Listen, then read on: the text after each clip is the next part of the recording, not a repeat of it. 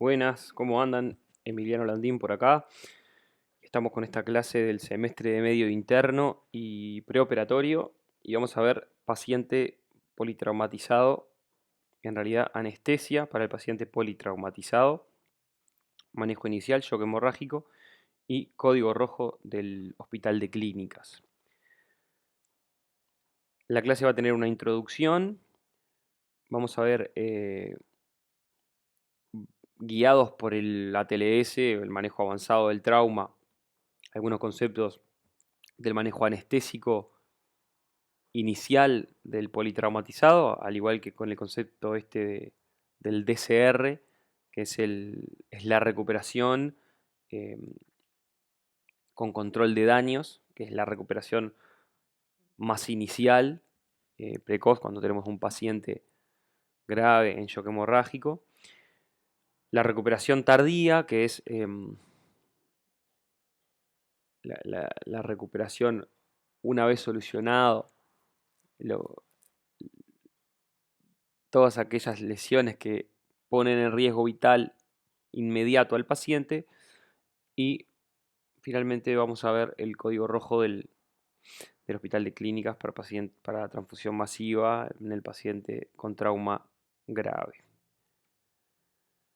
De la introducción, primero que nada, parece, parece básico esto, pero tenemos que definir qué es un paciente politraumatizado y muchas veces uno no sabe definir qué es un paciente politraumatizado y se viene un politraumatizado y nadie sabe de lo que estamos hablando cuando decimos politraumatizado. Es un paciente que tiene injurias significativas en dos o más regiones.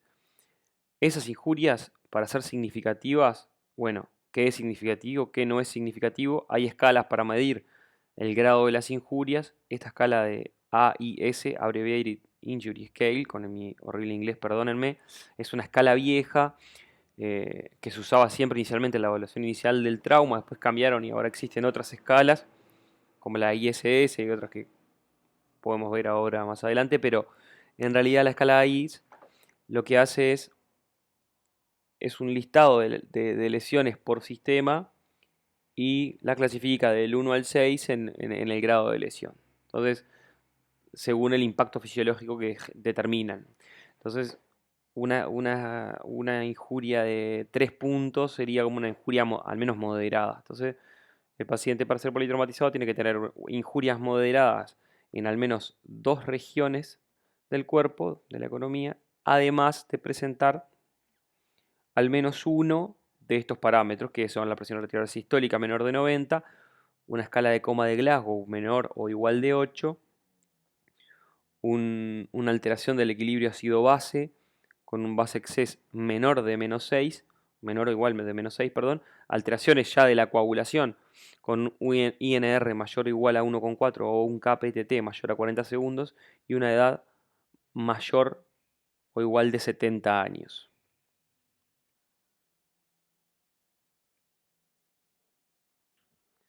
Otro tema importante es la epidemiología del trauma. Para empezar, es la principal, y este es el dato que creo que es más importante, es la principal causa de muerte de adultos jóvenes. Los adultos menores de 45 años, cifras cercanas al 60% mueren por trauma.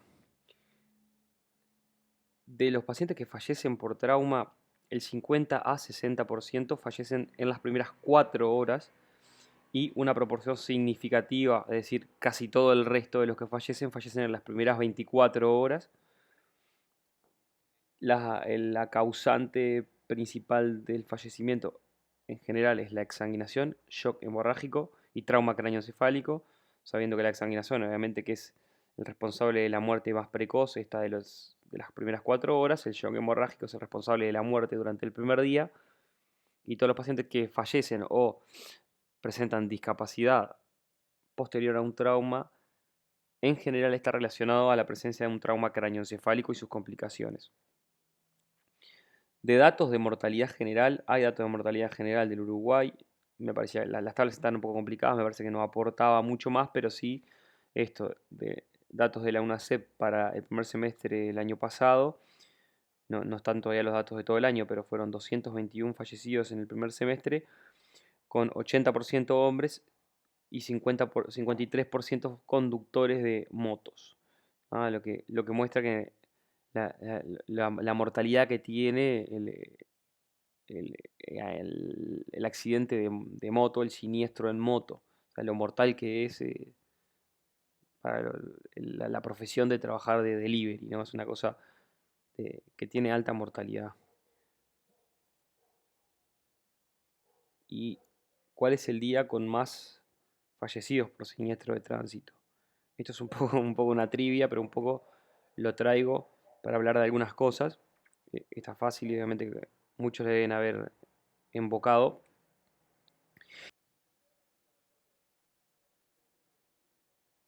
Ahí va, el sábado. Pero, pero bien, al lugar traer esto para comentar que el trauma, si bien puede surgir en cualquier momento, en general pasa en momentos inhabituales o fuera del horario habitual, fines de semana y noches.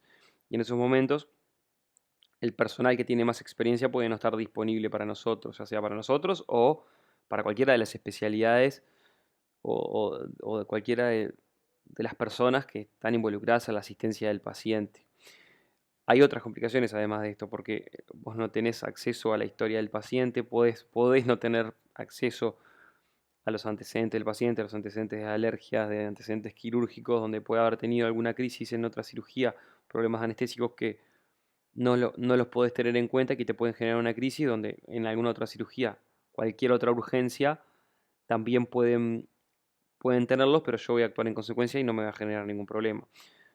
También son pacientes que, a diferencia de otras cirugías o otras urgencias habituales, estos pueden estar intoxicados muchas veces, o sea, consumo de alcohol, consumo de drogas, son pacientes con el estómago lleno, son pacientes que pueden tener inestabilidad de la columna cervical, lo cual también nos da dificultad. Y son pacientes a los que se van a someter muchas veces a cirugías que son inciertas, son cirugías exploratorias, laparotomía, toracotomía exploratoria, puedo no saber cuál es la lesión e incluso puede tener múltiples lesiones, pero que no todas las tengo que ir a tratar porque tengo que hacer, o el cirujano tiene que hacer una cirugía de control del daño, tiene que simplemente ir a tratar la lesión que es culpable de la situación actual y que le va a quitar la vida al paciente y no va a estar 2 horas operando cosas que no son de riesgo vital. Pero esa jerarquización es complicada y también complica el manejo de los pacientes, obviamente.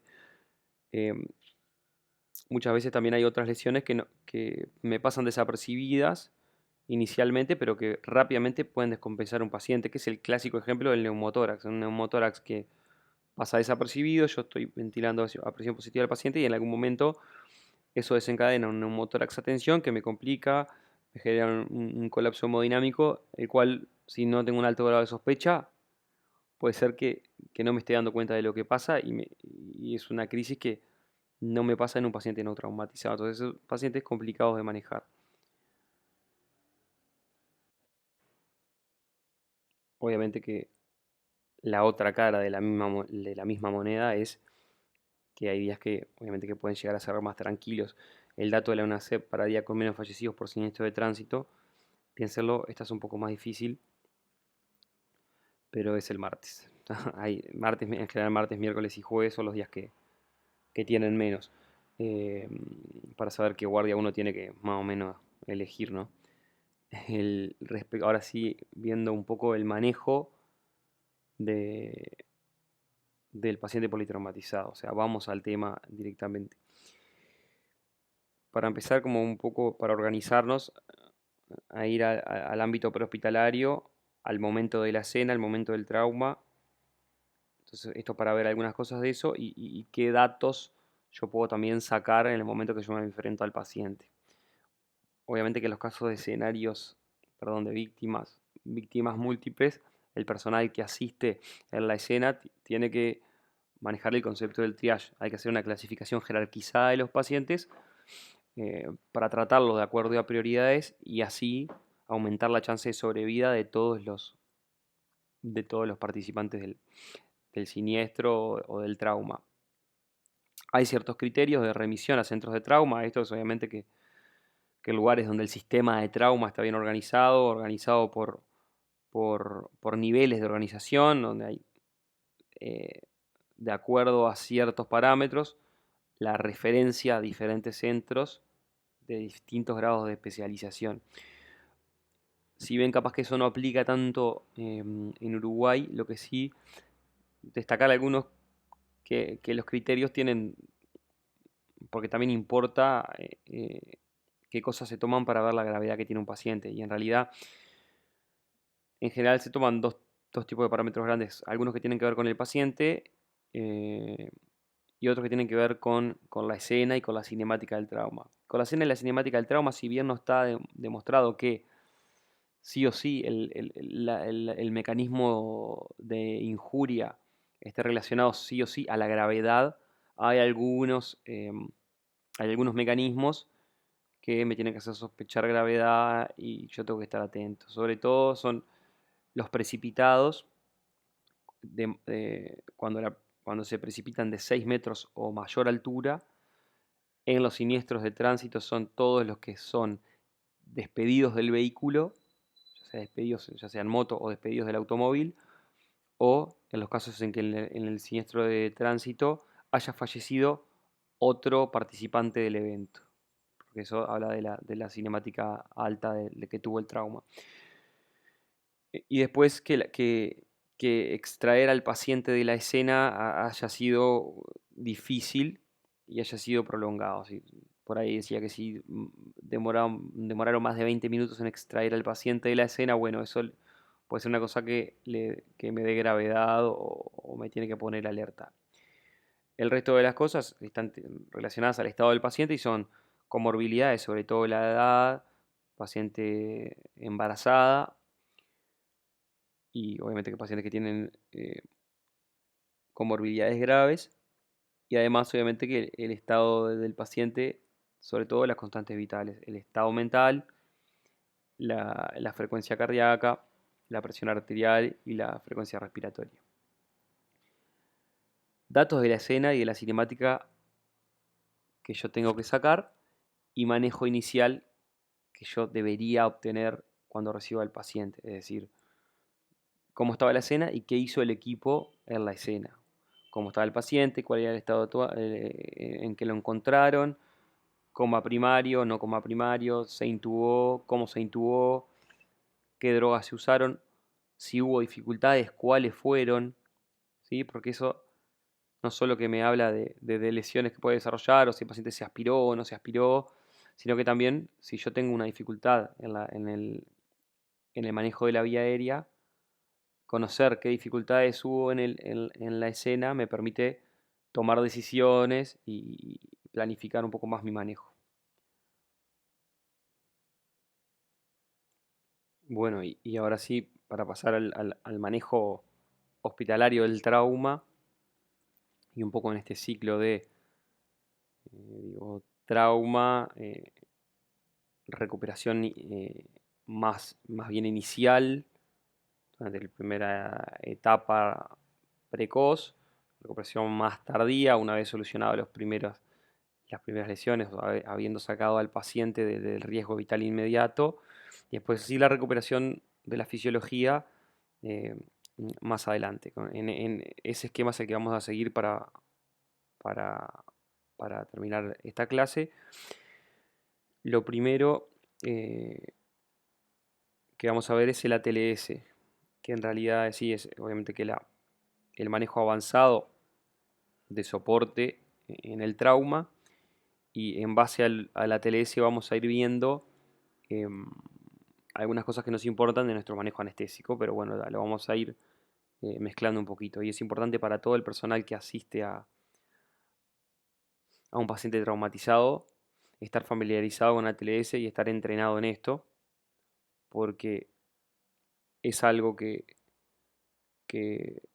nos permite hablar a todos en el mismo idioma, nos permite jerarquizar realmente, iden- identificar las lesiones de riesgo de vida y tratarlas en el orden que tienen que ser tratadas para aumentar las chances de sobrevida tanto de la vida del paciente como de riesgo para la vitalidad de alguna de sus extremidades. Y lo que importa de la TLS y que siempre se hace hincapié es la hora de oro. Y recordar que la mayoría de los pacientes fallecen en las primeras 4 horas, sobre todo en la primera hora, el que no falleció en la escena. Entonces, la primera hora en la que yo tomo contacto con el paciente es clave y el tiempo es vida para el paciente. Obviamente vamos a ir viendo, ya saben, es A, B, C, D, E. Cada punto de esta mnemotecnia de ATLS eh, es prioritario. Si yo no soluciono un problema que tengo en la A, no puedo pasar a valorar la B, ¿no? Eso ya lo saben, entonces vamos a irlo viendo en orden. Obviamente que la A es airway o vía aérea. Cuando yo me enfrento al paciente, lo que tengo que hacer es confirmar inmediatamente que está intubado. Eso es lo primero que ustedes tienen que hacer cuando se enfrentan a un paciente intubado en general. ¿Está intubado o no está intubado? Sobre todo, lo primero y lo más rápido y el gol estándar para identificarlo es la capnografía. Obviamente la auscultación es lo que ustedes ya saben. Tiene que ser rápido. Si yo tengo dudas, ¿qué me puede generar dudas? Sobre todo, obviamente, que no tener capnografía y que sea dificultoso auscultarlo al paciente. ¿Por qué puedo no tener capnografía? Dos cosas grandes. O el paciente está en paro, puede pasar que no tenga nada de capnografía. Si está en paro, puede pasar, es raro, pero puede pasar. Es uno del- de los criterios, digamos, diagnóstico diferencial, con la otra que es la intubación esofágica. O sea, el paciente tiene una intubación esofágica. Recuerden que la intubación esofágica, si bien parece sencillo de diagnosticarla, es una cosa que todavía sigue pasando y que tiene una alta mortalidad. Todavía la intubación esofágica inadvertida es todavía una causa de mortalidad, si bien es fácil de comprobar la intubación eh, que no esté intubado en el esófago, obviamente. Y otra cosa que me tengo que preguntar en este punto es si el paciente necesita de una vía cruenta, o sea, necesita una traqueostomía en este paciente. Es un paciente que tal vez tenga un problema en la vía aérea, pero no lo puedo solucionar a través de una intubación orotraqueal. Bueno, necesito rápidamente ir hacia una traqueostomía para solucionar un problema de la vía aérea superior. B, una vez solucionado los problemas de la A, paso a la B. B, ventilación. Aseguro una correcta ventilación. El paciente está ventilando, tiene capnografía, ventila, no desatura. Me pregunto, ¿tiene hemoneumotórax? Lo primero que me tengo que preguntar y rápidamente ir a drenarlo. Obviamente no lo vamos a drenar nosotros, pero nosotros tenemos que tener en mente esto, porque muchas veces pasa que nosotros tenemos que conducir la reanimación y el manejo inicial del politraumatizado o tenemos que acompañar al equipo que lo está haciendo. Y segundo es, tiene discontinuidad de la pared torácica y ocluirla, ¿sí? O sea, que no haya neumotórax y que la pared del tórax esté cerrada. Una vez que soluciono estos dos problemas, y son los más importantes porque recuerden, entre problemas de la A y la B, la hipoxemia lleva a lesión cerebral y permanente y a la muerte en 5 a 10 minutos, por lo tanto es lo primero que hay que solucionar. La C, circulación, lo que lleva a esto es reconocer primero el estado de shock, como ustedes ya saben, todos los criterios de shock, no los voy a repasar porque ustedes ya lo saben, pero en este punto uno tiene que reconocer si el paciente está o no está en shock, reconocer hemorragias no visibles y visibles. No visibles, tengo que ir a buscar hemorragias que pueden matar al paciente, son de tórax, abdomen, retroperitoneo, huesos largos y obviamente que hemorragias hacia afuera del cuerpo. E irlas a tratar, ya sea comprimirlas, hacer torniquetes y el tratamiento quirúrgico inmediato de esas lesiones que están determinando el shock. Una vez solucionado esto, paso a la D, disability o obviamente que alteración neurológica. Digamos, le podemos llamar en español discapacidad. Sería lo que tengo que evaluar es el estado neurológico con el Glasgow, las pupilas, reactividad pupilar, en general reflejos de troncos. Muchas veces el paciente intubado puedo ver si tose, si no tose. eh, esas cosas me pueden hablar de si tiene ventilación espontánea o no. Esas cosas me pueden orientar un poco al estado neurológico y la sensibilidad y la exploración motora.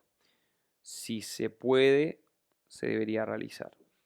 Muchas veces en el caso de nosotros recibimos al paciente es difícil hacer una exploración de sensibilidad y exploración motora, pero bueno, en algún momento si se puede hay que hacerla.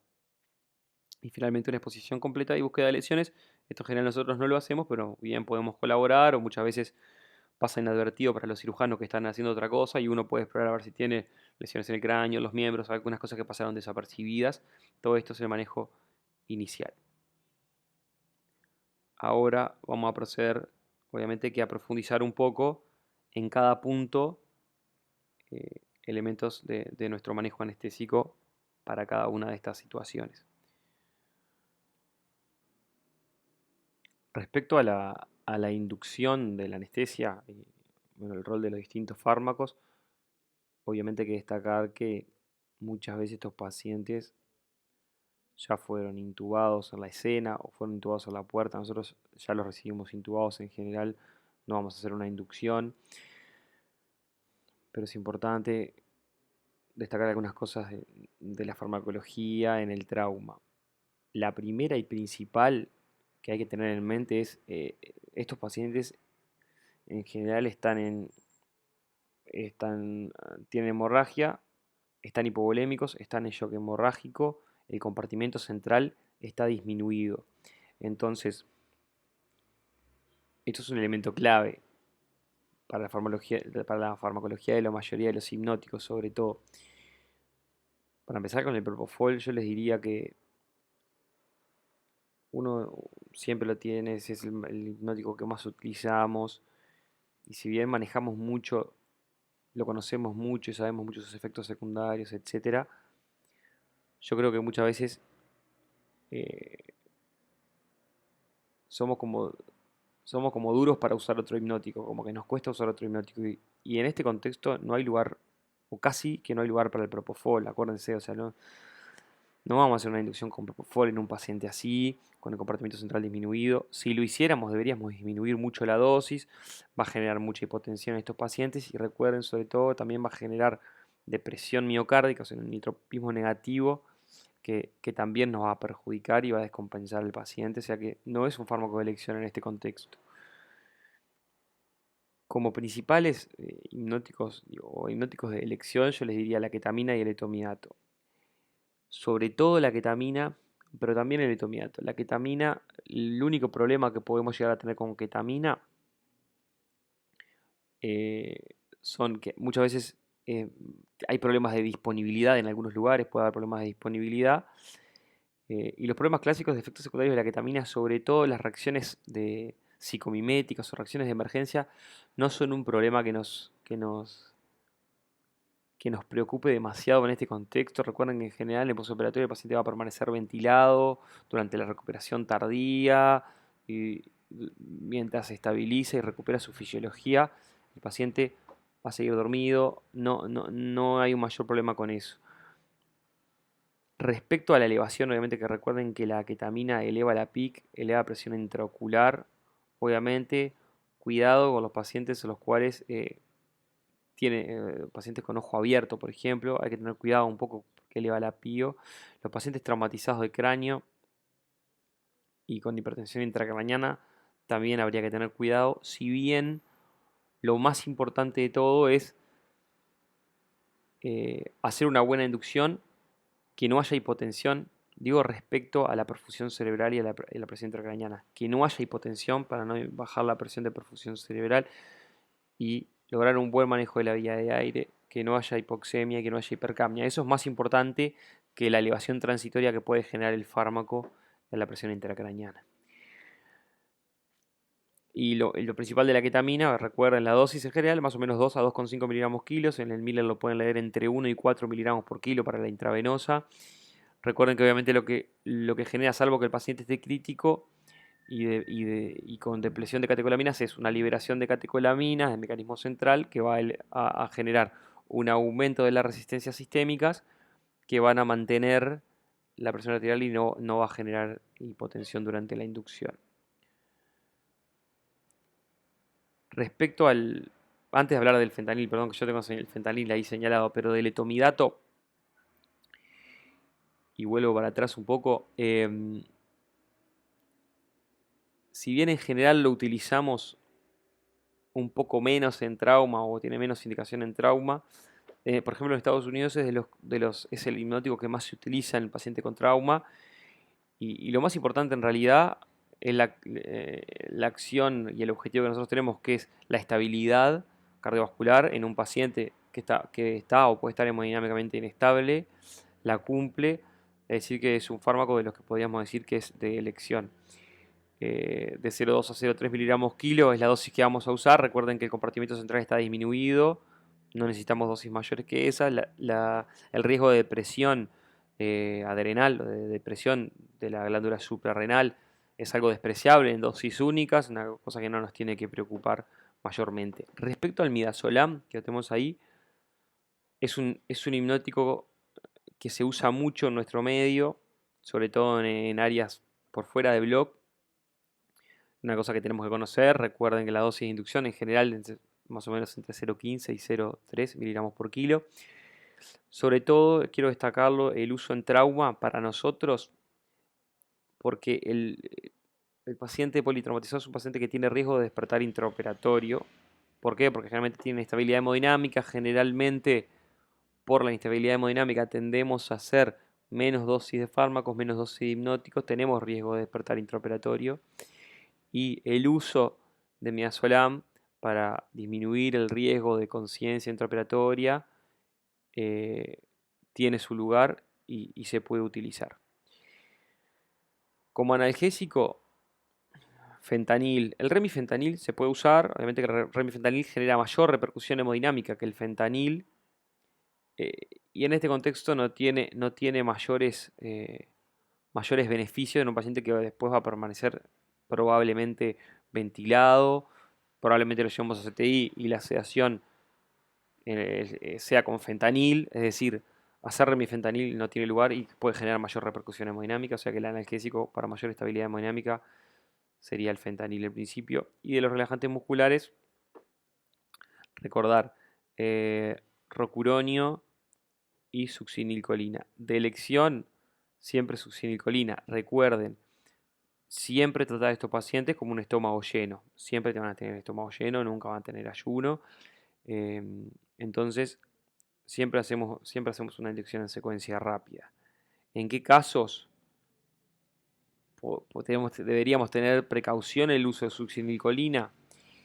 Obviamente pacientes que sepamos que tienen hiperpotasemia, ¿sí? O pacientes con hiperpotasemia conocida, y aquellos pacientes en los que hay injuria por aplastamiento o injuria por quemadura o hay denervación muscular si superó las 24 horas. Recuerden que las primeras 24 horas las lesiones musculares igualmente no hay expresión de receptores fetales musculares, receptores fetales nicotínicos estoy hablando, pero sí luego sí hay expresión con la denervación muscular, con las lesiones por aplastamiento, que también, sobre todo porque generan también hiperpotasemia, en esas es mejor no utilizar succinilcolina, y en las quemaduras, luego de las 24 horas, no usar succinilcolina. En esos casos usamos rocuronio, a dosis de 4 de 95 como para una secuencia rápida.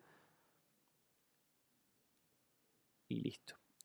Respecto a la vía aérea, dos cosas principales y para destacar lo más importante del manejo de la vía aérea en estos pacientes. Hay que asumir que tienen el estómago lleno y hay que asumir que tienen lesión de las vértebras cervicales, salvo demostración de lo contrario. Entonces, estómago lleno siempre vamos a hacer una secuencia rápida y como asumimos lesión de vértebras cervicales, siempre vamos a hacer una intubación con estabilización manual en línea. Es decir, en estos pacientes no podemos hiperextender la cabeza, o sea, no podemos usar una posición de hiperextensión por el riesgo de lesión eh, de la médula espinal, de lesión del neuroeje. De respecto a la maniobra de Selig, como ustedes ya saben, hay controversia respecto a si realmente disminuye la aspiración o no la disminuye. Lo que sí se sabe, obviamente, que puede dificultar la laringoscopía, puede dificultar la visión laringoscópica. Entonces, la recomendación general y en general es hacer la maniobra de Selig siempre y cuando eso no me genere dificultad. Ante la menor dificultad, libero la presión en la maniobra de Selig y permito la intubación, que es la prioridad. ¿Sí? Como como ustedes saben, siempre existe controversia respecto a la maniobra de Selig. Actualmente las guías europeas para manejo del paciente politraumatizado la retiraron de una indicación, de la indicación 1. Pasó a ser una indicación 2, o sea, no está indicado, sino se puede considerar. Eh, de los algoritmos que utilizamos para la vía aérea, van a haber un montón de algoritmos diferentes que van a leer en diferentes lados. Si leen el MIRE hay diferentes algoritmos para el abordaje de la vía aérea, pero los algoritmos que tenemos que tener en mente son los que usamos siempre, con algunas diferencias que ahora vamos a ver, pero son el algoritmo de vía aérea difícil de la ASA del 2022, el algoritmo de la Sociedad para la Vía Aérea Dificultosa del 2015, y también podemos utilizar, en el caso de intubar al paciente despierto, las guías eh, de DAS para intubación en paciente despierto. La principal diferencia que tenemos con el paciente no politraumatizado, digamos, o paciente por fuera del estado de trauma, es la situación clínica. O sea, siempre hay un lugar para, en el caso de tener dificultades en el manejo, parar, pensar, despertar al paciente para cambiar de estrategia. En un paciente politraumatizado, esto en general no es una posibilidad porque no está la posibilidad de despertar al paciente, no tenemos tiempo, o sea, hay que solucionarlo ya, o sea, si no lo intubamos, tenemos que ir a una vía cruenta, o sea, no tenemos muchas más opciones por ese lado. Y por otro lado, el otro problema que podemos tener es nunca, en el momento en que, por ejemplo, colocáramos un dispositivo supraglótico por alguna dificultad, nunca la posibilidad de dejar y hacer la cirugía con el dispositivo supraglótico nunca es una buena opción porque siempre es un paciente que tiene el estómago lleno, que tiene riesgos de aspiración, entonces eso no es una conducta segura, entonces no es una situación planteable tampoco proseguir la cirugía con un dispositivo supraglótico. Esas son como las principales diferencias que podemos tener grandes en el paciente no traumático. Si tenemos una vía aérea sangrando,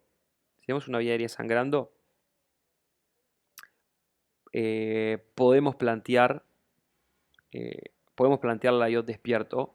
Si tenemos dificultad para la extensión porque tiene lesión cervical, podemos plantear la IOT despierto. Es difícil intubar a estos pacientes despiertos porque difícilmente puedan colaborar. Es difícil que puedan colaborar.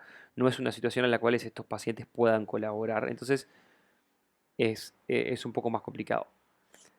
Si decidimos intubar despierto y el paciente está colaborador y lo hacemos porque la vía aérea está sangrando, no es la mejor opción intubar con fibrobroncoscopio, porque la sangre en la vía aérea es muy dificultosa para intubar con fibrobroncoscopio porque el fibrobroncoscopio no permite la correcta visualización cuando la vía aérea está sangrando. Entonces, en general es preferible, según las guías para intubación despierto de la DAS, en ese caso hay que elegir intubación despierto con videolaringoscopio.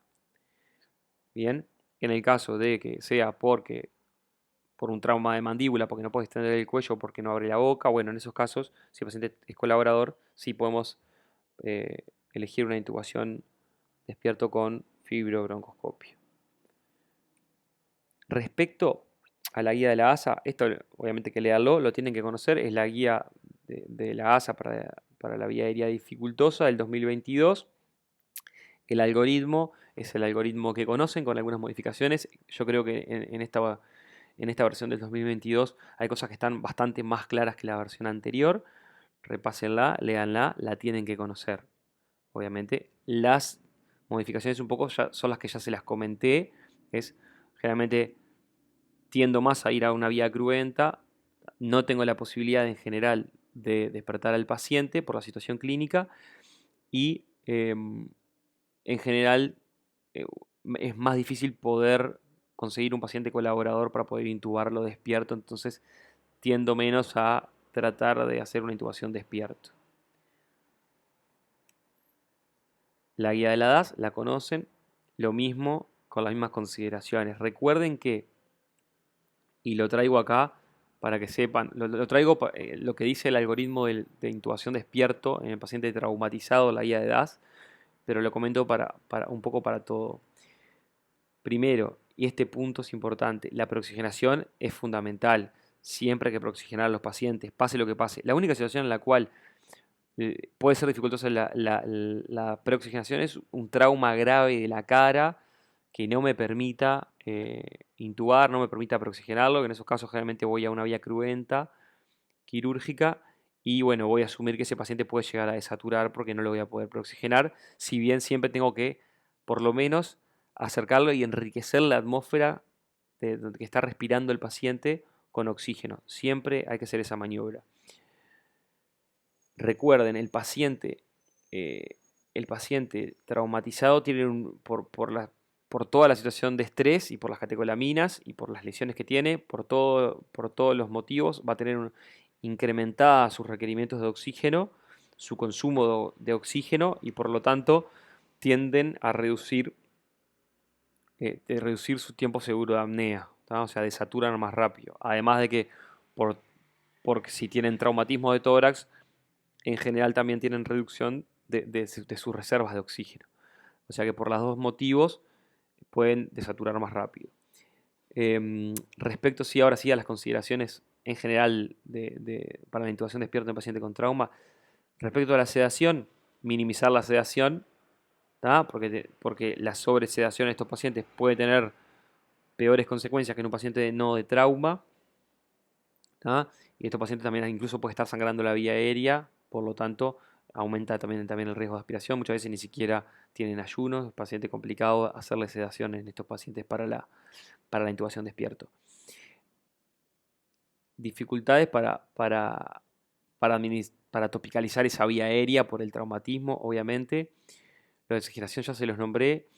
Y lo otro es esto que esté inestable para llevarlo a bloque. Si la intubación lo está haciendo en la emergencia, obviamente no voy a llevar a bloque al paciente para intubarlo, se intuba en el lugar donde esté, eso es lógico.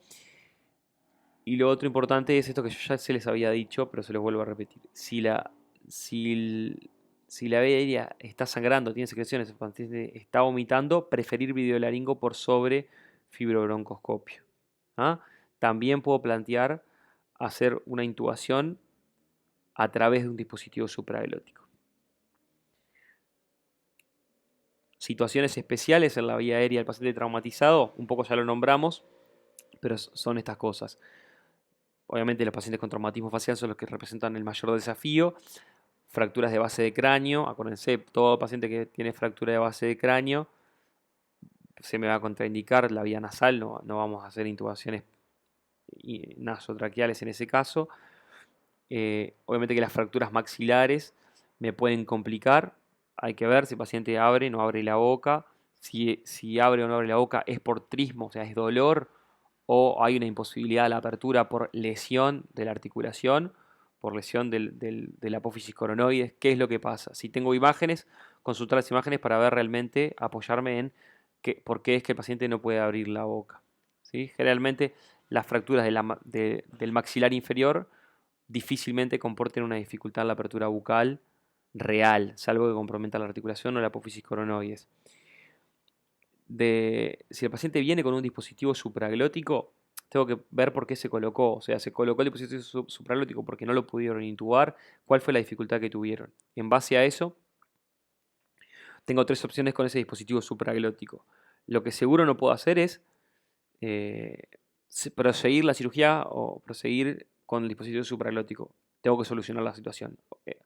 O retiro el dispositivo y procedo a IOT por la vía convencional, por la laringoscopía convencional o por videolaringoscopía, o intubo vía dispositivo supraglótico o voy directamente a una vía quirúrgica. ¿Sí?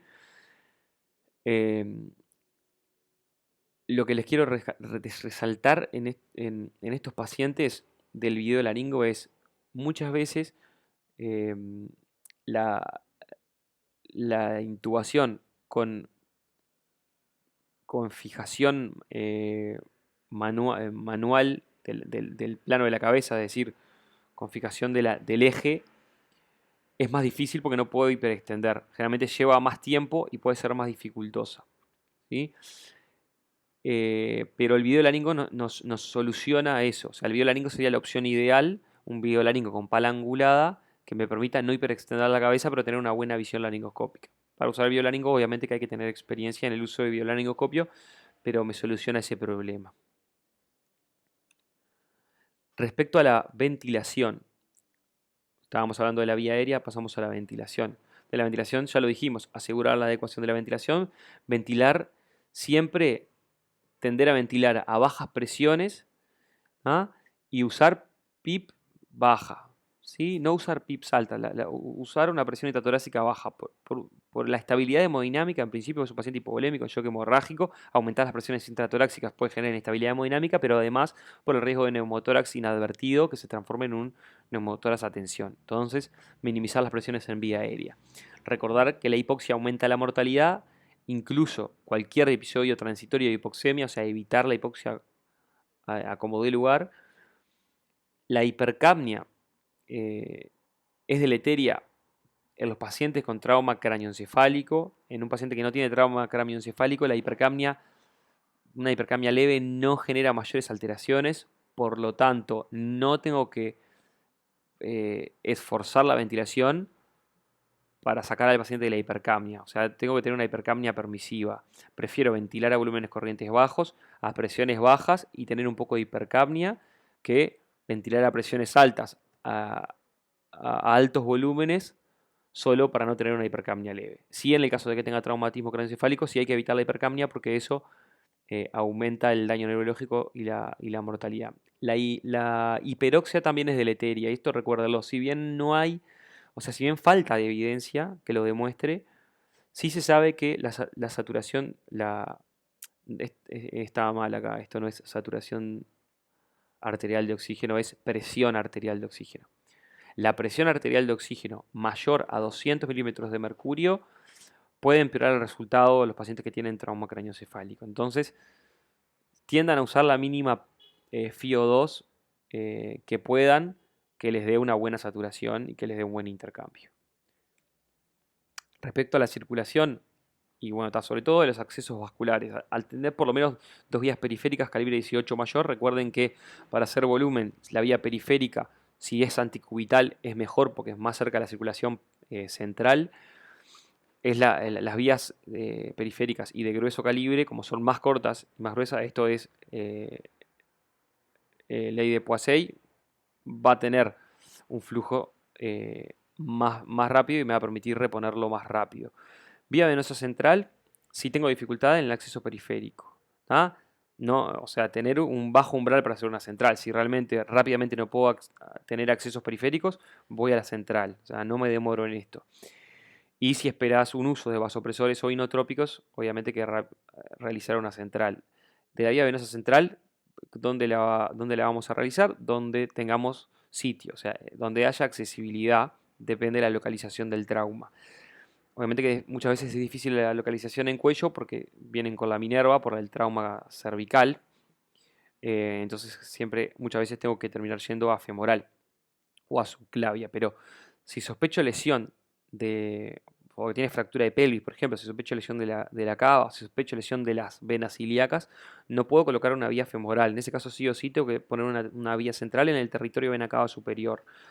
Y siempre recuerden la localización subclavia para realizar una vía venosa central. Es más cómoda para el paciente después en CTI, el manejo es más cómodo, se infecta menos y se trombosa menos que la localización femoral, y muchas veces la puedo colocar aunque tenga un collarete. Obviamente que tiene más riesgo de neumotórax, si obviamente que si de alguno de los dos lados, de alguno de los dos tórax ya tiene un drenaje hecho, drenaje de tórax, voy a preferir el lugar donde tiene el drenaje de tórax hecho, lógicamente. Vía arterial, siempre coloco vía arterial en los pacientes politraumatizados grave, pero esto no puede retrasar la resucitación inicial, ¿sí? No me puede retrasar. Una vez que esté estable y las demás vías ya las estoy haciendo y ya estoy haciendo manejo inicial, sí coloco vía arterial que me va a permitir, primero, en un paciente inestable hemodinámicamente, tener una monitorización estrecha de la presión arterial. Vamos a verlo ahora, pero estos pacientes requieren un manejo hipotensivo inicialmente, una hipotensión permisiva que ahora la vamos a ver, entonces necesito tener un estrecho control, y además obviamente que vamos a necesitar muestras seriadas de sangre siempre en estos pacientes, entonces me va a servir tener una vía arterial. De preferencia radial, si se puede, por los lugares del traumatismo. Muchas veces los pulsos más distales están comprometidos en un paciente en shock. Si no tengo pulso, preferir siempre la vía femoral, o sea, tener una vía arterial femoral. Respecto de la circulación, reconocer el shock, acordarse de que el shock hemorrágico es la principal causa de muerte precoz. Para reconocerlo, recordar paciente pálido, con diaforesis, agitado o nubilado, hipotenso obviamente, con taquicardia, con un llenado capilar lento, prolongado, una disminución de la producción de orina obviamente, y la expresión del pulso disminuida, todas esas cosas que me tienen que hacer sospechar que este paciente está en shock. Después tenemos la clasificación de shock de acuerdo a cuánto estimamos de pérdida, eso no importa tanto. eh, y no importa tanto que se lo sepan. Yo sé que la clasificación esa del colegio de cirujanos es un clásico y todo el mundo más o menos la conoce. Y lo que sí es que la recuperación eh, va a estar destinada a restaurar el volumen sanguíneo circulatorio normal, restaurar el tono vascular normal y restaurar la perfusión tisular normal. No es solo restaurar el volumen, o sea, una vez que hay hemorragia y hay shock, no es solo no solo reponer el volumen perdido, sino que hay que recuperar el tono vascular y hay que recuperar la perfusión tisular. Ahora lo vamos a ver. Pero para empezar a hablar digamos, del manejo del shock, y eso hay que conocer la fisiopatología del shock hemorrágico, y esto es un punto central de la discusión y de la clase. Traigo este esquemita, esto está en el Miller, simplemente como para tener un resumen de lo que es el shock hemorrágico. El fenómeno central del paciente politraumatizado es este shock hemorrágico, y es importante comprender cómo es esta patología y cómo es la evolución para saber cómo es que nosotros hacemos el tratamiento y el tratamiento fisiopatológico de este shock. El hecho inicial es la pérdida de volumen circulante y esto lleva a inestabilidad hemodinámica que obviamente va a tener consecuencias macrohemodinámicas pero también microhemodinámicas. La aparición de hemorragia también está en la base de la coagulopatía que aparece en el paciente traumatizado, que es otro de los aspectos centrales del paciente traumatizado, y también está en la base de la aparición de acidosis y de hipotermia. Estas tres cosas le dan mortalidad al cuadro y es la clásica tríada letal del traumatizado, como ustedes saben. Tríada letal del traumatizado, coagulopatía, acidosis e hipotermia. En lo macrohemodinámico del shock hemorrágico, obviamente que lo primero que hay es hipotensión, o sea, hay pérdida de volumen circulante, hipotensión, y esto lleva a la respuesta clásica inicial de liberación de catecolaminas y hormonas de estrés. Hormona antidiurética, las hormonas del sistema renina-angiotensina, aldosterona, cortisol, glucagón, hormona de crecimiento, etcétera. Todas estas hormonas de estrés y las catecolaminas van a intentar mantener la perfusión de órganos nobles, mantener la perfusión del corazón, mantener la perfusión del cerebro-riñón en detrimento de otros lechos, sobre todo de la piel, del lecho gastrointestinal, del lecho muscular, entre otros. Entonces, esta hipoperfusión de estos otros lechos es lo que está en la base de la respuesta o de la injuria microcirculatoria, que es lo que va a terminar después perpetuando el shock y lo que va a complicar su manejo. Lo que pasa cuando hay disminución de esta perfusión es que hay células que entran en isquemia. Esa disminución esa isquemia y disminución de la energía celular va a provocar primero captación de más líquido del intersticio hacia la célula, y esto agrava más el cuadro deplectivo del LEC y del intravascular porque la célula absorbe el líquido, o sea que empeoró la hipovolemia. Además, y además el edema ese celular que se genera puede provocar obstrucción mecánica a nivel capilar, es decir, hay edema, se obstruye los capilares, entonces dificultan más la perfusión, entonces eso va perpetuando la hipoperfusión, entonces se conoce como fenómeno de no reflujo, es decir, no se perfunde porque está obstruida la microcirculación por edema tisular, celular, perdón. Además, las células o sea, que están isquémicas también producen, aparte de edematizarse, producen mediadores. O sea, primero que entran en metabolismo anaeróbico, producen ácido láctico, producen radicales libres del oxígeno y producen mediadores, leucotrienos, endotelina, trombosano.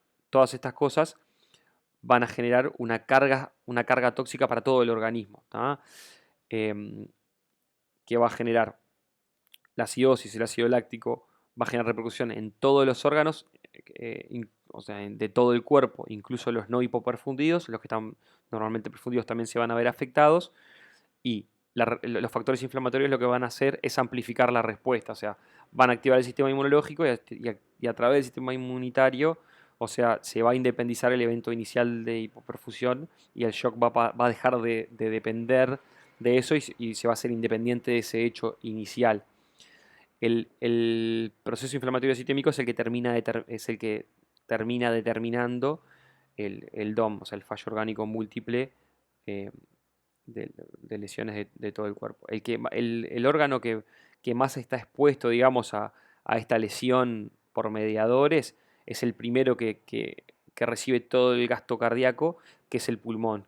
¿Ah? Entonces el diestrés respiratorio es lo que más puede aparecer y está demostrado que esto es por el mecanismo de hipoperfusión y el shock microcirculatorio. Los pacientes que tienen hemorragia sin hipoperfusión no tienen distrés respiratorio. Entonces, esto ocurre por el fenómeno de hipoperfusión y por mediadores inflamatorios que van a filtrarse en el pulmón. ¿Ah? Entonces, todo el paciente que tiene deterioro en el intercambio gaseoso no quiere decir sí o sí que se hayan aspirado. No es una injuria pulmonar por aspiración de contenido gástrico. Puede serlo, pero en general puede tratarse de este fenómeno. ¿Ah? Lo otro, sobre todo, esto está todo bien en el Miller, lo leen en el Miller. Lo otro a destacar es el rol de la lesión endotelial. La lesión endotelial, que lo podríamos considerar un órgano en el endotelio, todo el endotelio se lesiona, el endotelio está anticoagulado, tiene factores anticoagulantes y procoagulantes, y la clásica cuando el endotelio se lesiona es primero libera mediadores anticoagulantes similares de la heparina. Esto lo que genera es agravar la coagulopatía, pero a nivel de microcirculación pierde función en el endotelio, que está anticoagulado naturalmente, entonces provoca un estado protrombótico microcirculatorio que genera trombosis microcirculatoria y empeora la hipoperfusión tisular. O sea, perpetúa más esa hipoperfusión tisular y ese shock, esa mecanismos de shock microcirculatorio.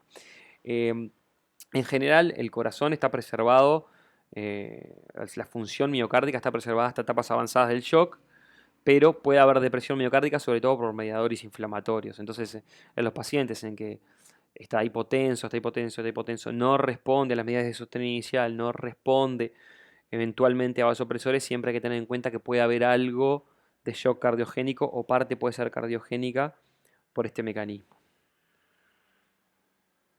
Bien, una vez visto todo esto de el fisiopatología del shock hemorrágico, vamos a ver cómo vamos a tratar ese shock hemorrágico. Esto lo vamos a hacer en base a esto que se llama DCR, que es Damage Control Recovery.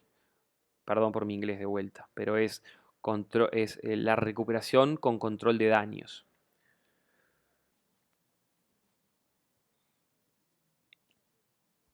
Bueno, el DCR, que sería el Damage Control Recovery, repito, es la estrategia de recuperación inicial en el paciente politraumatizado que está con shock hemorrágico.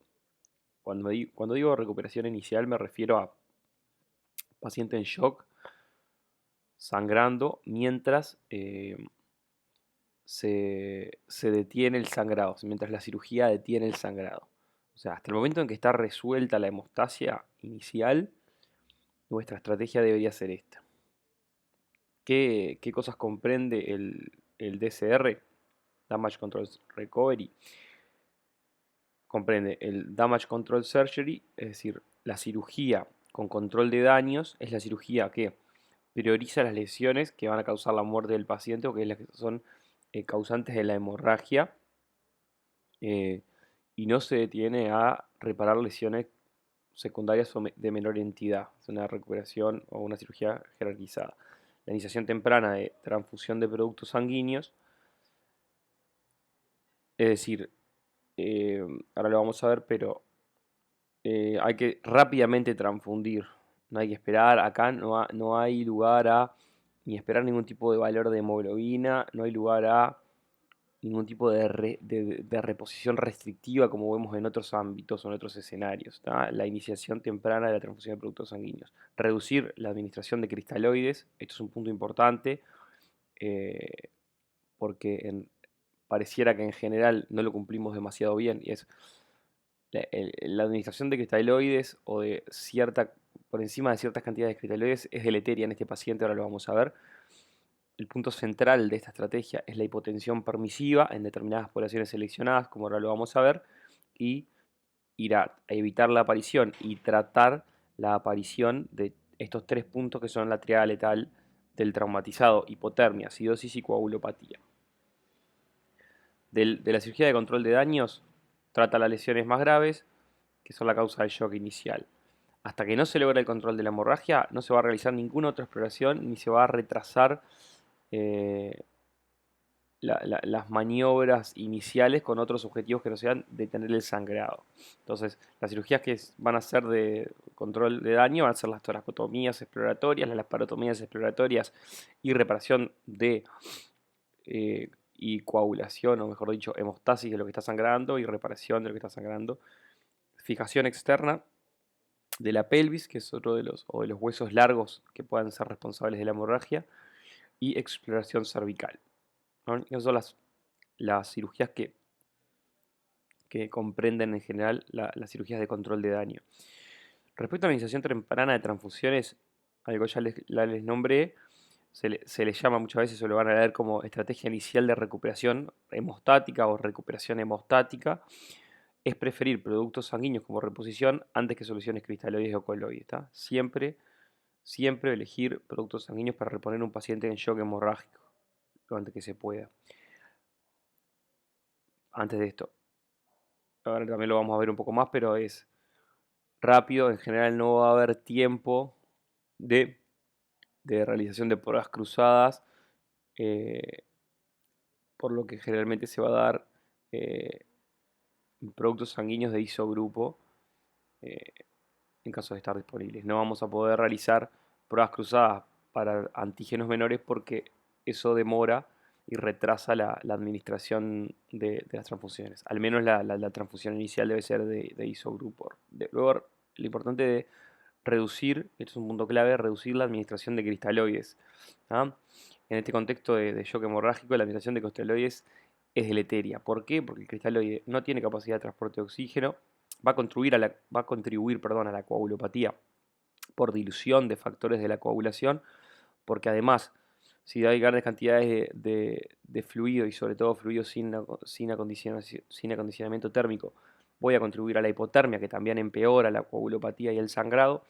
Van a tener una baja mida media intravascular, lo cual no me sirve en los momentos iniciales, es algo que no aporta y es innecesario, y van a expandir transitoriamente el volumen intravascular. Pero esta expansión transitoria es deleteria en esta etapa cuando el paciente está sangrando porque dificulta la hemostasis inicial. Es decir, la formación de trombos inicialmente, obviamente que son trombos que todavía tienen poca firmeza, trombos que ah, ya en un paciente coagulopático que está con déficit de factores, si en el contexto de una precaria hemostasis, una precaria coagulación, expando el volumen intravascular y obviamente que aumento también la presión hidrostática a nivel capilar, aumenta el riesgo de que aumente el sangrado, aumentar la hemorragia en estas etapas iniciales de sangrado, por lo que los cristaloides deberían limitarse a un máximo de 1 litro en la reanimación inicial. Así que fíjense que yo no debería hacerle al paciente más de 1000 mililitros de cristaloides y directamente tengo que ir a hacerle sangre. Este es el punto central de la reanimación inicial, que es la hipotensión permisiva. Lo van a leer por ahí como eh, reanimación hemostática, reanimación hipotensiva, eh, o como lo vimos acá. Es altamente efectiva en mejorar los resultados de los pacientes politraumatizados. Esto se sabe desde las épocas de la guerra, de los años 50, 60, que los pacientes hipotensos, o los que no se toma ninguna medida activa para elevar la presión arterial, tienen mejor resultado y tienen menor mortalidad que los pacientes en los que activamente se busca la- la- los valores de presión arterial sistólica normales en la etapa inicial. ¿Ah? El uso de una hipotensión permisiva es una recomendación 1 en todas las guías de trauma. Recomendación 1 sin tanto nivel de evidencia, es una recomendación 1C, pero es una recomendación 1, o sea, está indicado. En la presencia de TEC grave, ahí sí, la hipotensión permisiva o la hipotensión en general, obviamente, se va a relacionar a peores resultados y se va a relacionar a un aumento en la mortalidad. Esto mismo puede pasar en pacientes añosos o en los pacientes con cardiopatía. En estos dos grupos de pacientes no está demostrado que, que haya una mejor evolución en una estrategia de hipotensión permisiva. En suma, hipotensión permisiva es recomendación 1C, hipotensión permisiva es recomendación 3 en TEC grave, es decir, no está indicado, y la hipotensión permisiva debería evitarse en añosos y cardiópatas. Es decir, en estos no sería una recomendación 3, sería una recomendación 2B o 2C, si bien eso no está, esto no está escrito al nivel de evidencia de la hipotensión permisiva en añosos y cardiópatas, no estaba en la guía. El objetivo de hipotensión permisiva es mantener una presión arterial sistólica menor de 100 milímetros de mercurio y una PAM entre 50 y 60. ¿Ah? Esto mantiene la perfusión de los órganos nobles, disminuye el sangrado inicial y es el que mejora los resultados, estos valores de presión. No necesito más que esto y no tengo que buscarlo activamente superar estos valores. En TEC grave sí necesito mantener una buena PAM, una buena perfusión cerebral. La presión arterial sistólica tiene que estar mayor de 100 y la PAM tiene que estar mayor de 80 en los pacientes que tienen TEC grave. Esto es recomendación 1C para pacientes con TEC grave. Respecto a la hipotermia, acidosis y coagulopatía, ya lo dije, es la triada letal del traumatizado. Hay que saber que pueden aparecer, hay que activamente evitar su aparición y hay que tratarlos activamente. Vamos a ver un poco de la coagulopatía traumática aguda. Este es otro punto central de este tema de paciente traumatizado. Y es que son pacientes que tienen coagulopatía desde etapas iniciales del trauma. ¿Ah? La aparición de coagulopatía es multifactorial. Hay muchos factores que determinan la aparición de coagulopatía. Pero la coagulopatía va a aparecer en etapas precoces, pase lo que pase en un paciente traumatizado grave. Hay que saber que esto va a pasar y hay que actuar en consecuencia. ¿Ah? La coagulopatía traumática aguda es el fallo global multifactorial del sistema de coagulación que no logra mantener un adecuado nivel de hemostasis luego de ocurrir un traumatismo mayor. La presencia de coagulopatía va a aumentar la mortalidad por lo menos 2 a 4 veces en el paciente traumatizado.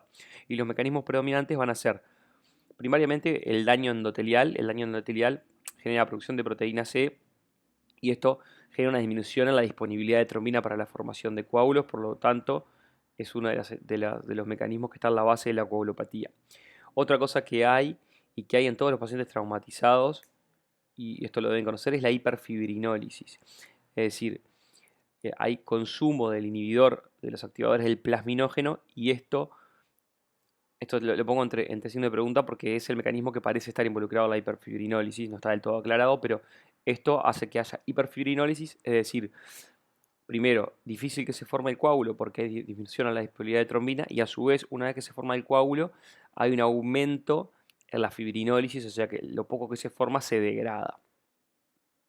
Luego, en el correr de la evolución, la dilución de factores de la coagulación, eh, ya sea porque administramos productos sin capacidad hemostática, así como por consumo de los factores de la coagulación, además la hipotermia y la acidosis, van a estar perpetuando o empeorando esta coagulopatía.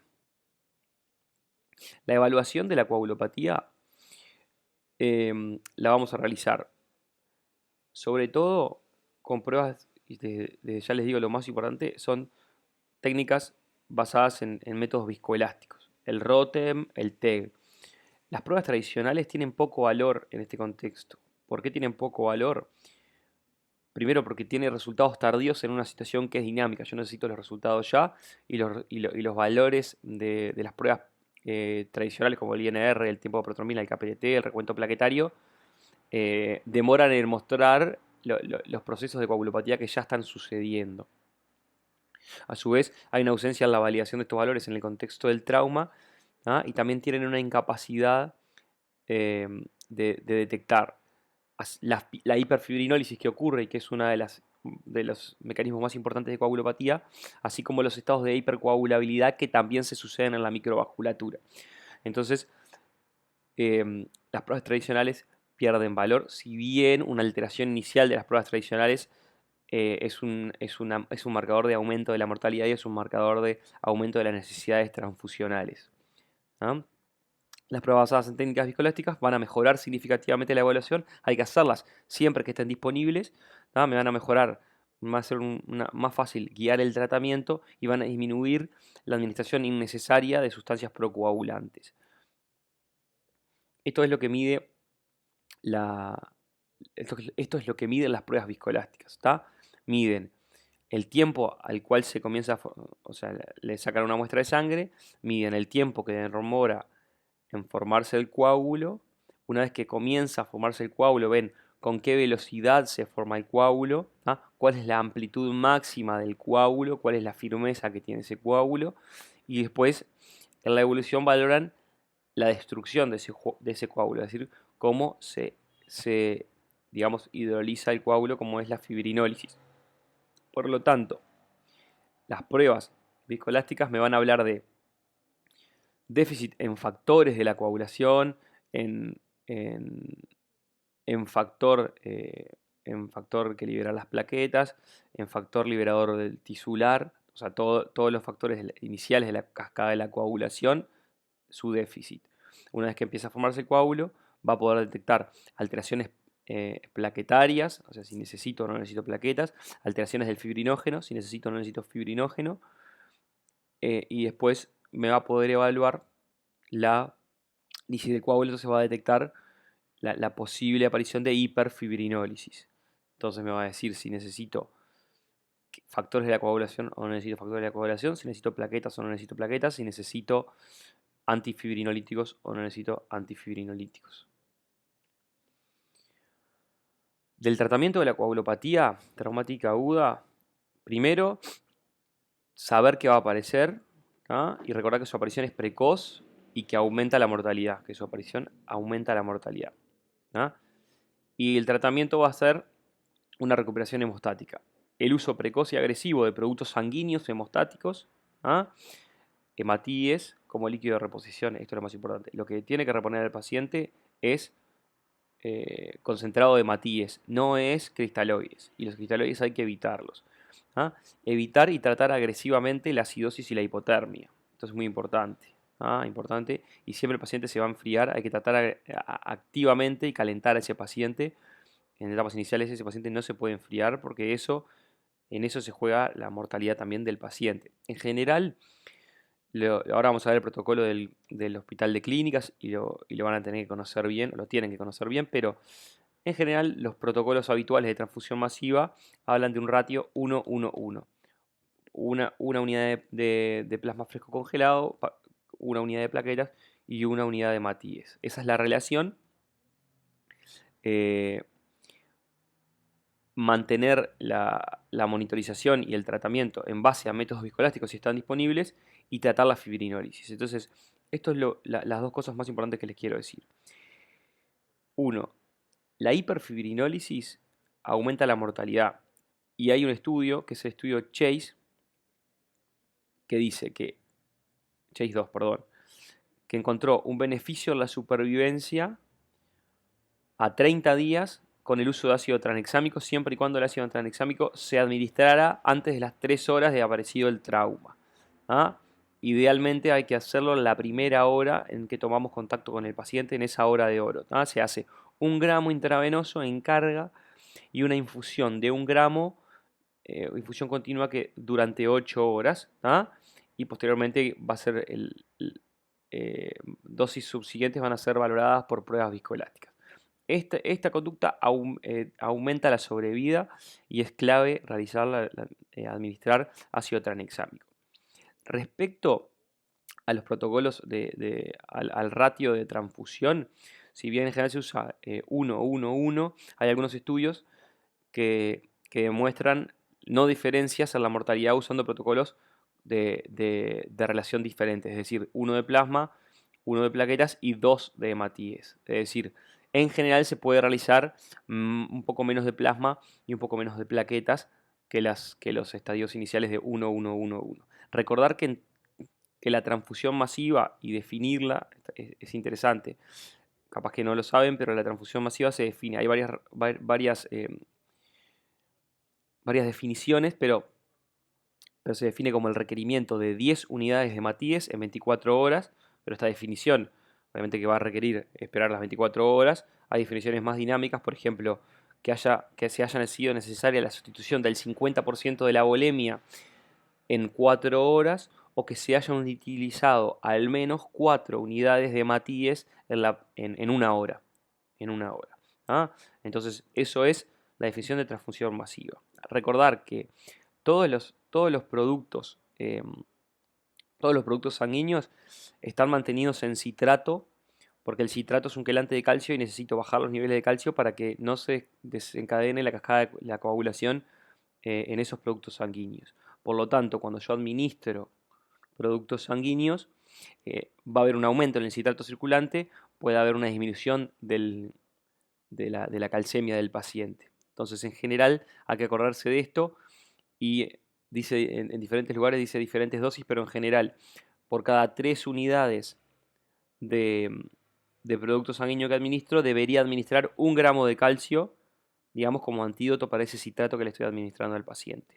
¿Ah? O en algunos lados te va a decir que cada 4 unidades administro 2 gramos. O cada 3 unidades 1 gramo, o cada 4 unidades 2 gramos. Cualquiera de las dos cosas va a estar bien, pero tienen que recordar hacer calcio a estos pacientes, y que tenga una hipocalcemia va a empeorar la coagulopatía, pero además va a funcionar como un inótropo negativo y va a empeorar la situación hemodinámica, así que es importante tener esto en cuenta. Esto ya se los dije. Respecto a los objetivos, de valores en la coagulopatía, tenemos que tener un recuento plaquetario mayor a 50.000, esto es recomendación 1C. Si hay TEC grave, las plaquetas deberían estar más altas, o sea, necesita plaquetas mayores de 100.000, y los valores tradicionales deberían estar dentro del 1.5 del valor normal, hablando de la PTT y del TP.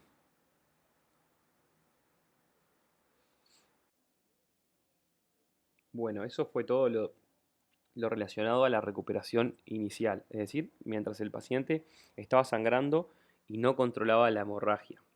Una vez controlo la hemorragia, pasamos a una siguiente etapa que la llamaremos de recuperación tardía. En la recuperación tardía vamos a tener otros objetivos. Nunca va a ser un objetivo normalizar ningún valor ni restaurar la fisiología normal durante las primeras etapas iniciales cuando el paciente está sangrando. Ahora, una vez que soluciono la hemorragia en esta parte de recuperación tardía, empiezo a tener objetivos de, de buscar normalizar un poco más la fisiología del paciente.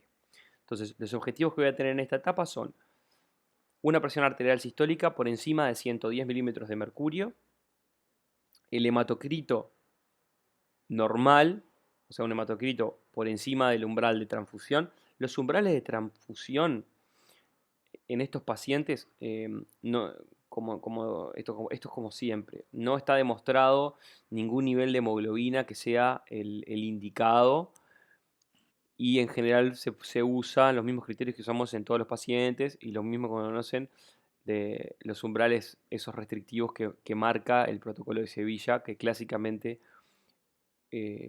todos conocemos. Es decir, más o menos un valor objetivo entre 7 y 9 en los pacientes que no tienen mayor patología, y un valor objetivo entre 8 y 10 en aquellos pacientes que tienen una cardiopatía, o que tienen una enfermedad pulmonar grave, o que tienen una enfermedad neurológica mayor. Del estado de la coagulación, el objetivo es normalizarlo, ¿sí? Ir a normalizar el estado de la coagulación, ir a normalizar cualquier disturbio electrolítico. Recuerden, dentro de los disturbios electrolíticos, sobre todo el tema de la calcemia, que es inotrópico negativo y que lo acabamos de nombrar, y cualquier otra alteración del equilibrio electrolítico que haya aparecido. normalizar la temperatura corporal. Esto ya era un objetivo desde las etapas iniciales. Restaurar, ahora sí, la producción normal de orina. Acá debería buscar y debería tratar en esta etapa sí agresivamente con líquidos si son necesarios para restaurar los niveles de presión arterial y restaurar la producción normal de orina. ¿Tá? El objetivo más importante, que esto debería estar marcado, es maximizar el gasto cardíaco. Lo que tengo que retomar es el gasto cardíaco. La mortalidad en esta etapa y la recuperación está marcada porque el paciente retome un gasto cardíaco normal y una potencia normal de latido cardíaco. Si los pacientes que van a andar mal son aquellos que no recuperan en esta etapa el gasto cardíaco. ¿Ah? Y esto yo lo tengo que ir a buscar y lo tengo que sospechar precozmente si es que el paciente no retoma gasto cardíaco rápidamente en esta etapa. Revertir la acidosis sistémica. Esto ya podríamos decir que es un objetivo desde la etapa inicial, pero acá sí tenemos que ir a tratar la acidosis agresivamente porque aumenta la mortalidad y porque puede aparecer, obviamente porque tuvimos una hipoperfusión, tenemos una acidosis láctica, o sea, una acidosis metabólica, a expensas de la hipoperfusión y de la isquemia sistémica. Y este es otro punto central, que es documentar que el lactato vuelva al rango normal. O sea, esto como también pasa en el shock séptico, el clearance de lactato y que el lactato vuelva a la normalidad es es un objetivo primordial, que ahora lo vamos a ver, que habla de la recuperación de la perfusión tisular y que es lo que va a marcar que ese paciente aumenta sus chances de sobrevida. Sí o sí tiene que empezar a disminuir el lactato y el lactato tiene que ir a la normalidad. Y yo lo tengo que monitorizar. Mi tratamiento tiene que estar monitorizado por lactato. Ahora lo vamos a ver. Este esquema que está en el MIDER muestra un poco un algoritmo para valorar la recuperación. Es decir, tengo mis objetivos de recuperación y me pregunto, ¿tengo una recuperación completa? Es decir, la presión sistólica está mayor de 100. O sea, primero valores macrohemodinámicos. La presión está mayor de 100, la frecuencia cardíaca está mayor de 100. ¿Por qué la frecuencia cardíaca mayor de 100? ¿Por qué quiero taquicardia? Porque en realidad es normal que en esta etapa la compensación y haya un aumento del gasto cardíaco o un restablecimiento del gasto cardíaco a expensas de en los pacientes que tienen capacidad de adaptación, es la taquicardia. O sea que me debería llamar la atención que el paciente que estuvo en shock, obviamente, no retome una frecuencia cardíaca mayor de 100. Tengo que sospechar que hay algo que está pasando ahí si el paciente no retoma frecuencia cardíaca o no tiene una frecuencia cardíaca mayor de 100. El pH tiene que estar normal, el lactato tiene que ir hacia la normalidad o estar normal, tiene que haber una recuperación de la producción de orina, o sea, debería estar por lo menos por encima de 0,5 mililitros kilo por hora. El hematocrito tiene que estar mayor de 25 y la coagulación tiene que estar normal. Acá te dice un TP menor de 14. Entonces, si eso está así, esa etapa de recuperación tardía está cumplida. Si no está cumplida, lo primero que tengo que pensar es en maximizar el gasto cardíaco. Es que yo tengo que restaurar es gasto cardíaco. Y en general lo que va a pasar es que el paciente va a estar hipovolémico y el tratamiento va a estar basado en bolo de líquidos. Pero esos bolos de líquidos tienen que ser dirigidos, titulados contra respuesta clínica, y enseguida, si no responde, yo tengo que pensar por qué no está respondiendo. Lo primero que me tengo que preguntar si no está respondiendo es si sigue habiendo lesiones, o sea, si hay una hemorragia activa que yo no vi y la tengo que ir a buscar activamente. ¿Tá?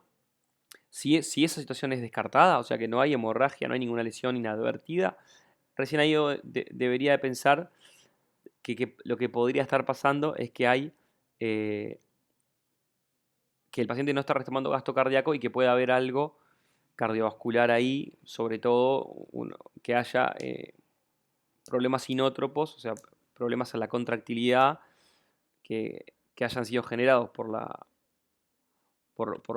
factores inflamatorios del shock microcirculatorio, como lo habíamos hablado, y que no lo había pesquisado previamente. Entonces, el hecho central de esta etapa, como dijimos, es la normalización de la perfusión tisular.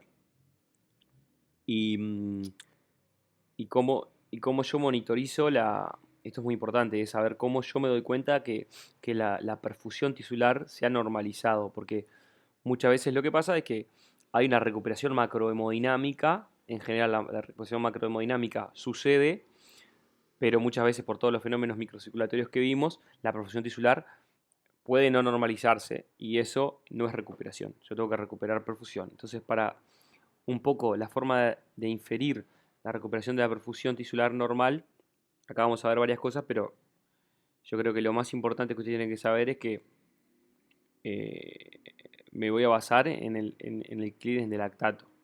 De vuelta, el clearance de lactato, esto es como en el shock séptico. Si el paciente tiene un clearance de lactato y el lactato llega a la normalidad, eso me habla de que hay una correcta perfusión tisular y, la etapa de recuperación tardía está cumplida. Obviamente que esta tablita me muestra algunos elementos. Obviamente que los signos vitales de vuelta hablan de recuperación macrohemodinámica, pero me van a dejar sin darme cuenta si hay hipoperfusión oculta o no. Por signos vitales yo no me doy cuenta de la perfusión, si bien el relleno capilar me puede hablar un poco, no es un elemento que me guíe demasiado. La producción de orina no sirve, podríamos tomarla como una variable macrohemodinámica, pero puede confundirse porque, porque obviamente que la oliguria en el paciente que se vio sometido a estrés y que tiene niveles aumentados de catecolaminas y de hormona antidiurética, puede tener oliguria y es esperable que pueda tener oliguria inicialmente, pero bueno, obviamente que puede tener una insuficiencia renal por necrosis tubular aguda, por la hipoperfusión también, así que la producción de orina tampoco me sirve como elemento de recuperación de la perfusión tisular. El estado de ácido base sí, si bien me puede confundir con otras causas de acidosis, por ejemplo, me va a ayudar a guiar el tratamiento. El clearance de lactato ya lo nombramos, creo que es el punto central acá. El gasto cardíaco, obviamente que si tengo forma de medir el gasto cardíaco, sería la forma más, más fácil de diagnosticar el hecho central que tiene que pasar, que es que aumente el gasto cardíaco y que el gasto cardíaco esté adecuado, porque si el gasto cardíaco está adecuado, en general eso habla de que el paciente va a tener una buena evolución. La oxigenación venosa mixta es un muy buen parámetro, pero es difícil de obtener porque en general nosotros lo que tenemos es una vía venosa central y no tenemos un catéter en la arteria pulmonar. Porque para tener una oxigenación venosa mixta yo tengo que tener sangre mezclada en el ventrículo derecho y en general no la tengo. La tengo de sangre de la vena cava superior. Y la sangre de la vena cava superior no es un buen parámetro de perfusión sistémica. O sea, sí me habla de la perfusión encefálica, pero no de la perfusión sistémica. Obviamente que si tuviera una oxigenación venosa mixta, valores de saturación venosa mixta cercanos al 70% son mi objetivo. La tonometría gástrica, esto no sé, pero la variación de la variación del volumen sistólico sí, como lo dijimos, la variación del volumen sistólico y de la presión de pulso me habla de que hay una posibilidad de respuesta a fluidos para optimizar esa perfusión, por lo tanto también lo tengo que usar. La oxigenación tisular eh, sí es un, sí es un elemento que me va a hablar bien de perfusión tisular, la saturación, la saturación tisular de oxígeno, el NIRS, pocas veces está disponible, pero puede ser beneficioso para diagnosticar perfusión tisular.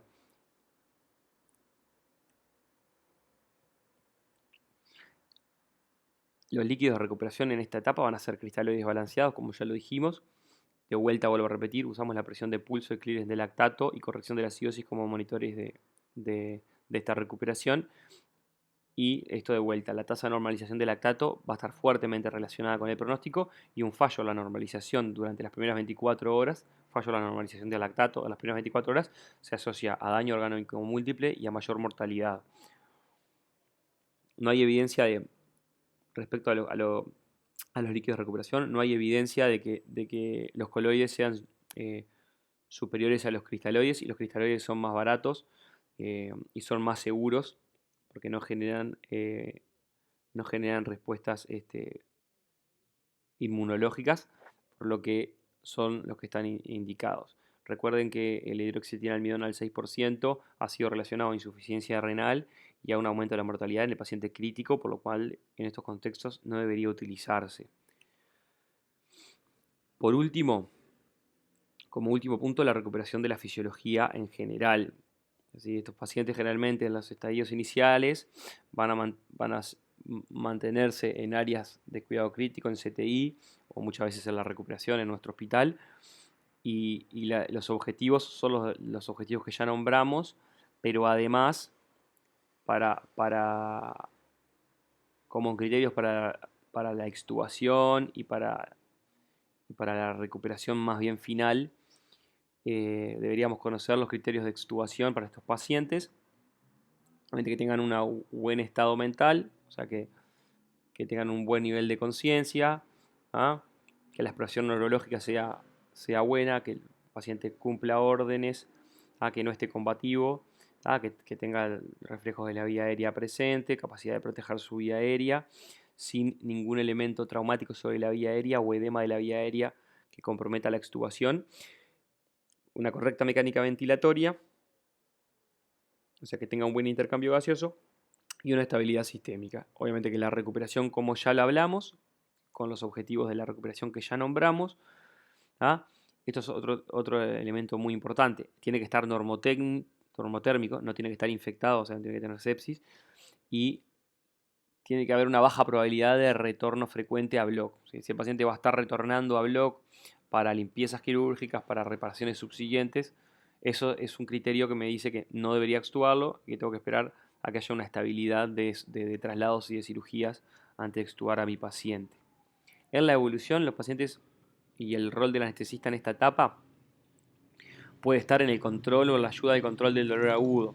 Nunca olvidarse que en todos los pacientes el control de la analgesia siempre tiene que ser multimodal, y en estos pacientes eh, realizar eh, muchos fármacos que actúan en diferentes áreas de la vía del dolor para poder disminuir las dosis de todos los fármacos, disminuir sus efectos adversos, pero mejorar la eficacia de la analgesia, ¿ah?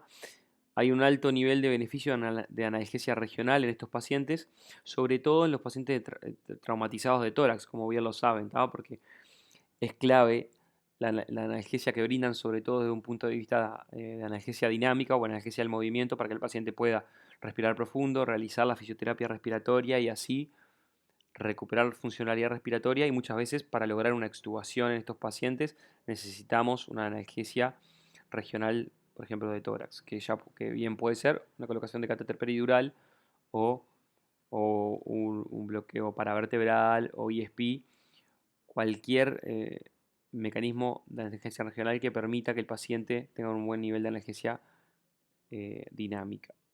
En extremidades, para pacientes para recuperar movilidad y para hacer fisioterapia, también pueden beneficiarse de analgesia regional, catéteres de miembro periférico, no, perdón, de nervio periférico en extremidades o de plexo. Y hay que sospechar precozmente o ir a pesquisar específicamente dolores con características neuropáticas, porque van a responder mal al tratamiento habitual, que generalmente se les hace AINES, se les hace paracetamol, se les hace en general opioides como la morfina, y estos fármacos no son adecuados para el dolor neuropático, que muchas veces está presente en estos pacientes. Por lo tanto, esto es un punto importante. Siempre hay que ir a buscarlo y hay que ir a tratarlo adecuadamente con todos los fármacos que se utilizan para el dolor neuropático, que no es el objetivo de la clase, pero bueno, generalmente utilizamos sobre todo gabapentinoides en el contexto de la analgesia multimodal. Para terminar, ahora sí, hablar del código rojo del Hospital de Clínicas. El código de trauma rojo para transfusión masiva en el Hospital de Clínicas fue elaborado en conjunto con la Cátedra de Hemoterapia, Anestesiología de Emergencia del Hospital de Clínicas y el área de Enfermería. Este protocolo ustedes lo tienen que conocer porque ustedes trabajan en el Hospital de Clínicas. Todos los elementos del protocolo del código rojo son de las mismas cosas que estuvimos viendo durante esta clase, ¿ah? Algunos objetivos pueden cambiar mínimamente, por eso no les voy a nombrar específicamente todas las cosas que dice el código rojo y quiero que ustedes lo vayan a leer. Y sí le quiero hablar de ciertas generalidades. Recordad que tiene criterios definidos de activación.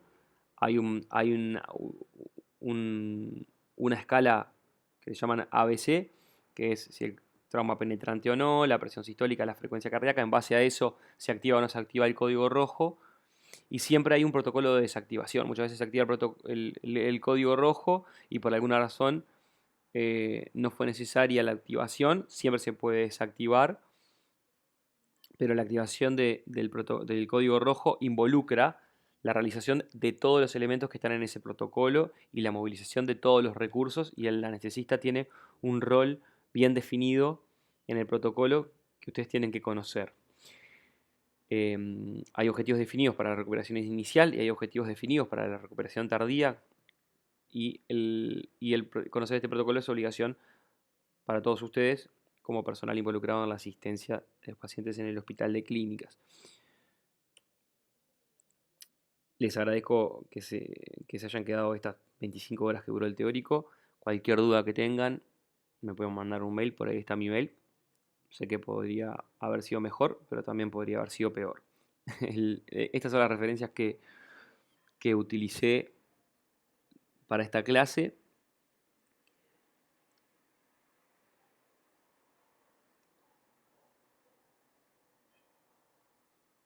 Y les voy a dejar mm, con alguna, con alguna frasecita para que les quede, para dejarlos pensando. No me quiero ir sin dejarlos pensando un poquito. Nos vemos.